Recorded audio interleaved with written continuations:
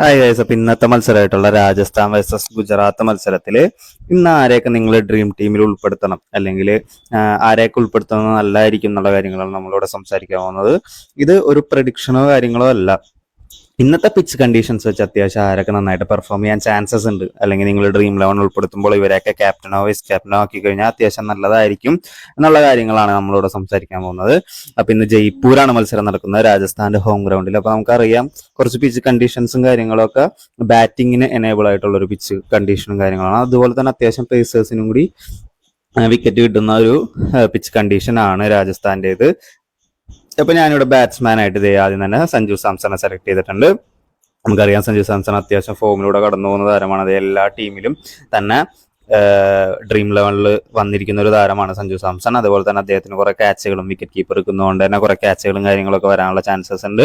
ഇനി രണ്ടാമത് ഞാൻ ജോസ് ബട്ട്ലറാണ്. ജോസ് ബട്ട്ലർ റീസെന്റിലേക്ക് ഫോമിലേക്ക് തിരിച്ചു വന്നിട്ടുണ്ട്. അതേപോലെ തന്നെ ഇന്നത്തെ പിച്ച് കണ്ടീഷൻ ആണെന്നുണ്ടെങ്കിലും പുള്ളിക്ക് അത്യാവശ്യം അനുകൂലമായിട്ടുള്ള കണ്ടീഷനാണ്. പിന്നെ കഴിഞ്ഞ കളി സെഞ്ചുറി അടിച്ചതിന്റെ ഒരു കോൺഫിഡൻസും കൂടി പുള്ളിക്ക് ഉണ്ടാവും. ഇനി ബാറ്റ്സ്മാനായിട്ട് ഞാൻ സെലക്ട് ചെയ്യുന്നത് ഇവിടെ ശുഭ്മാൻ ഗില്ലിനെയും അതുപോലെ തന്നെ സായി സുദർശനെയുമാണ്. ഇവർ രണ്ടുപേരും തന്നെ അത്യാവശ്യം ഫോമിലൂടെ തന്നെ തിരിച്ചു കടന്നു പോകുന്നവരാണ്. അതുപോലെ പറയുകയാണെന്നുണ്ടെങ്കിൽ ഇന്നത്തെ പിച്ച് കണ്ടീഷൻ സായി സുദർശന് പറ്റുന്ന ഒരു പിച്ച് തന്നെയാണ്.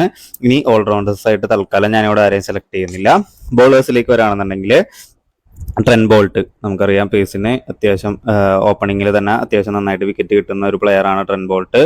അതുപോലെ തന്നെ യുസ്വേന്ദ്ര ചഹല് നമ്മുടെ രാജസ്ഥാൻ റോയൽസിന് വേണ്ടി എല്ലാ കളികളിലും വിക്കറ്റ് നേടുന്ന ഒരു താരമാണ് യുസ്വേന്ദ്ര ചഹൽ. അതുപോലെ നോക്കിയാൽ തന്നെ അറിയാം എല്ലാ കളികളിലും ഡ്രീം ടീമിൽ കയറുന്ന ഒരു താരമാണ് യുസ്വേന്ദ്ര ചഹൽ. അപ്പൊ യുസ്വേന്ദ്ര ചഹലിനെ നമുക്ക് അതേപോലെ തന്നെ ഇന്നടുത്താണ് മോഹിത് ശർമ്മ എല്ലാ കളികളിലും അവസാന ഓവറുകളിൽ വിക്കറ്റ് എടുക്കുന്ന ഒരു താരമാണ് മോഹിത് ശർമ്മ. അതുകൊണ്ട് മോഹിത് ശർമ്മേനെ നമുക്ക് ഇന്ന് ഉൾപ്പെടുത്താം. അതേപോലെ തന്നെ ബർഗർ നല്ലൊരു ബോളർ കൂടിയാണ്. നമുക്ക് നോക്കിയാൽ തന്നെ അറിയാം ബർഗറും എല്ലാ ഡ്രീം 11 വരുന്നൊരു താരമാണ്. അപ്പൊ അദ്ദേഹത്തിനെ കൂടി നമുക്ക് ഉൾപ്പെടുത്താം. ഇനി സന്ദീപ് ശർമ്മ പ്ലേയിങ് ലെവൽ ഉണ്ടെങ്കിൽ സന്ദീപ് ശർമ്മ നല്ലൊരു ഓപ്ഷൻ ആയിരിക്കും. അതുപോലെ തന്നെ നൂർ അഹമ്മദ് സ്പിന്നിന്റെ ഒരു മേജർ വിക്കറ്റ് ടേക്കറാണ്. നമ്മൾ ചഹലിന്റെ കാര്യം പറഞ്ഞ പോലെ തന്നെ ഗുജറാത്തിനെ സംബന്ധിച്ച് ഒരു മികച്ച സ്പിന്നറാണ് നൂർ അഹമ്മദ്.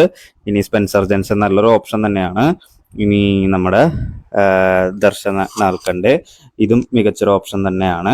ഇനി ഞാനിവിടെ കുറച്ച് കാര്യങ്ങൾ സ്റ്റാറ്റിസ്റ്റിക്സും കാര്യങ്ങളൊക്കെ വരാണെന്നുണ്ടെങ്കിൽ ഗില്ലിനെതിരെ ചഹലിന് നല്ല റെക്കോർഡുണ്ട്. കാരണം ഗില്ലിനെ പെട്ടെന്ന് ഔട്ടാക്കാനായിട്ട് ചഹലിന് സാധിച്ചിട്ടുണ്ട്. അതേപോലെ തന്നെ സ്പെൻസർ ജെൻസൺ, യശസ്വി ജയ്സ്വാളിന്റെ വിക്കറ്റ് എടുക്കാനായിട്ട് സ്പെൻസർ ജെൻസൺ ഒരുപാട് തവണ എടുത്തിട്ടുള്ള ഒരു താരമാണ്.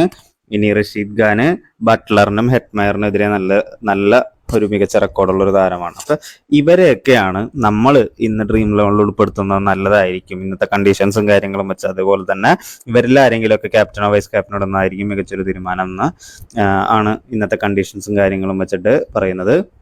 അപ്പോൾ നമ്മുടെ സ്പോർട്സ് ഇൻഫ്ലക്സിന്റെ ഡ്രീം 11 കൃത്യം 7:15 ടോസിന് ശേഷം നമ്മുടെ ഇൻസ്റ്റഗ്രാം ചാനലായിട്ടുള്ള സ്പോർട്സ് ഇൻഫ്ലക്സ് എന്നുള്ള ചാനലിൽ സ്റ്റോറി ആയിട്ട് ഇടുന്നതായിരിക്കും. അപ്പോൾ നമ്മുടെ ഇൻസ്റ്റഗ്രാം ചാനൽ ഒന്ന് ചെക്കൗട്ട് ചെയ്ത് അതൊന്ന് സബ്സ്ക്രൈബ് ചെയ്യാം കേട്ടോ.